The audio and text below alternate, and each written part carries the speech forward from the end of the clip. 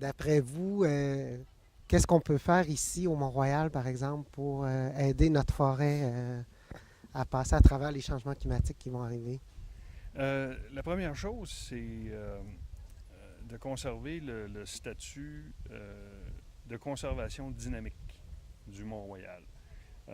C'est-à-dire une conservation qui intègre la science, l'observation, la mesure, mais aussi qui ne soit pas bloquée sur la volonté d'avoir le même Mont-Royal en 2100 qu'on a aujourd'hui. Il faut qu'il ait la même vocation, il faut qu'il rende les mêmes services écosystémiques. Il faut qu'il soutienne la science de l'adaptation au changement climatique. Il faut qu'il rende à la population de Montréal toujours ses services de loisirs et autres, mais il faut qu'on apprenne à vivre avec le Mont-Royal comme étant un atout dynamique. Donc, préparer, ne pas essayer de garder uniquement les mêmes espèces, préadapter la montagne à des événements qui vont peut-être se produire plus régulièrement.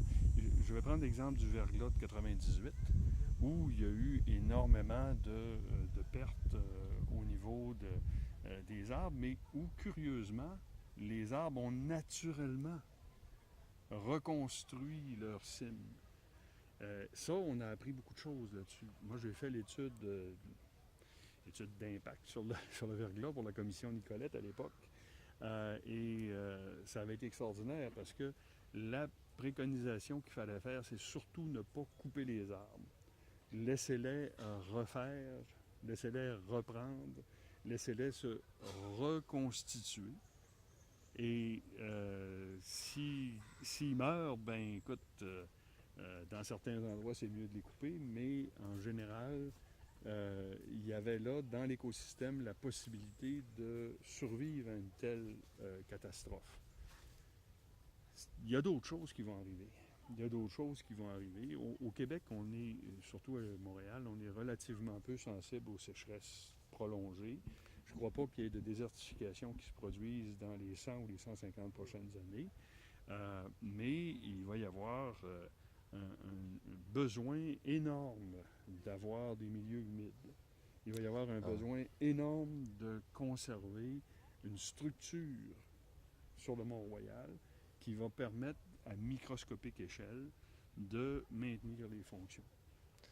dans ce cas-là, on a comme deux idées qui se confrontent, qui est l'interventionniste et l'autre côté un peu un laisser-aller. Puis la La réponse est un peu les conservation. deux, hein? Ouais. Les deux sont nécessaires, c'est pour ça que ça prend de la science. Ouais. Et la science pour poser des hypothèses sur quelles sont les interventions qu'il faut poser, pour les expérimenter et pour en suivre les résultats et en tirer des leçons qui vont pouvoir servir dans le futur.